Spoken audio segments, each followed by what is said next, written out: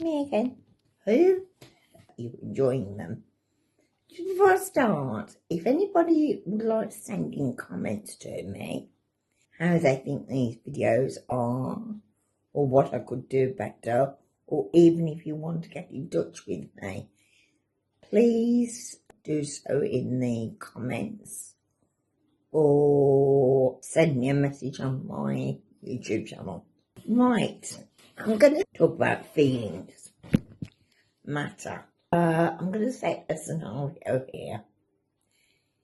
If you were a child in a school and you were doing a project, and basically your friend or somebody else also did a project, say, but it was better, and when the person comes to talk to you about what went wrong, and they said, oh, it's just rubbish, and when you ask them why, oh, you didn't understand it, you're too thick, you haven't got the capabilities, or your child could be excluded from the activity and just be given a book to read and just be on the sidelines. Again, as I said to you before in videos, do reverse psychology. How would you feel if that was your child or yourself or someone who knew? You wouldn't feel very good about it. And it's a form of what we call indirect discrimination. That means it's not outward, you can't use a building, or we don't want to employ you. It's more, they're almost using the piece of work as an excuse. Now, I've actually got some bookmarks that I've produced with words like thoughtful, kind understanding for children to have, and hopefully this will make them think a bit and not bully a person or not belittle them, or not call them nasty names, like, for instance, like dopey or peg leg or anything like that. The worst thing I think you can be called is Mongol, which doesn't mean anything very nice.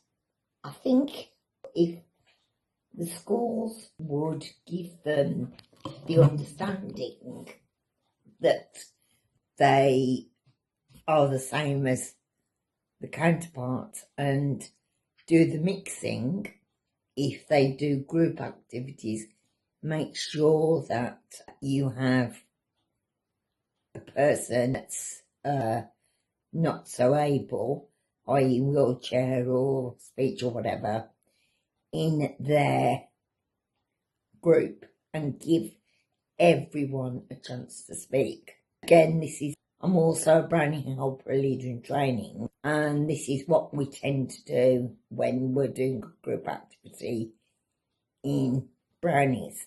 Now, coincidentally, as I mentioned before, I was in guides and rangers, and I was in 18 plus with able-bodied.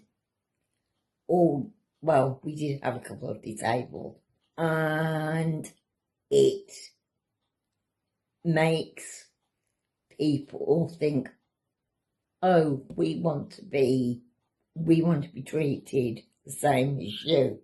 I've had one or two people say to me, oh, you ought to be in clubs for disabled people. Why?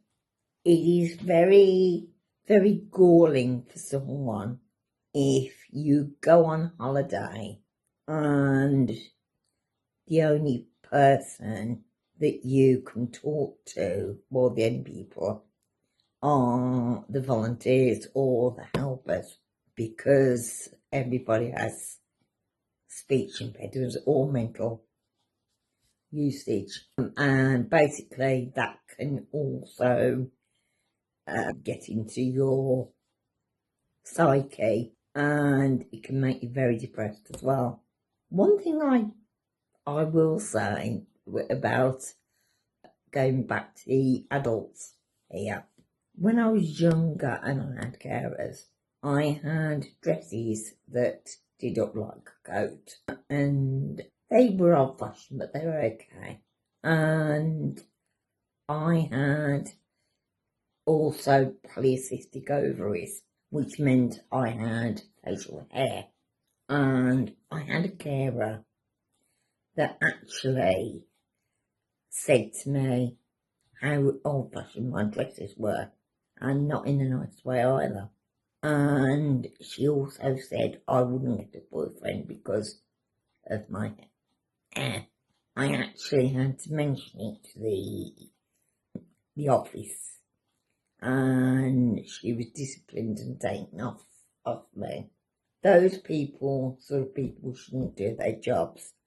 One comment, one wrong comment in the wrong text can really hurt a person who is trying a drink, and it can upset them so badly that they can become ill. Consequently, I used to be on a dating website. I won't mention the name, but I was called something not very nice, and I responded back where got this gentleman back very good and said, "Oh, you're a paralysed pork cheese," which, when you're insulting somebody or when you're a child, doesn't mean anything to anybody. But you're so busy trying to work it out, you don't know that. And that's quite an old saying, actually. But I actually get people back with humour, and I can say things like, "Oh, when I was able to walk, I can take my legs off now." And one of my friends looked at me in horror and said, You could take your legs off?" And I looked at her and I realised what she meant, and I just laughed. And I think I'd given her a bit of a fright, to be honest. But if you are willing to put yourself out there, there are good things that you can do. And as I've said, I've volunteered in schools, which I absolutely love. But if you can't get a job, you can do it for so long, but it's not worth carrying on. And I miss the last school I'm in. The children, without being asked, used to take me into the dining room, get my lunch out, and help me clear up, and take me out into the playground. And that is a big shout out to Our Lady of the Wayside, who were the children that they've got in that school are exemplary, and they actually didn't even look at me like I was in a wheelchair and something to be pitied. To be quite honest, if any schools would like me to come in, please get in touch. But when people with disabilities are able to body mixed, the long-term effect is they will be used to it in the workplace, and they know not to bully them.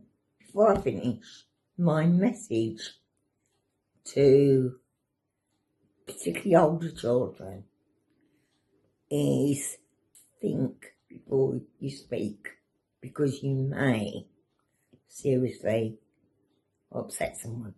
Thank you very much for listening.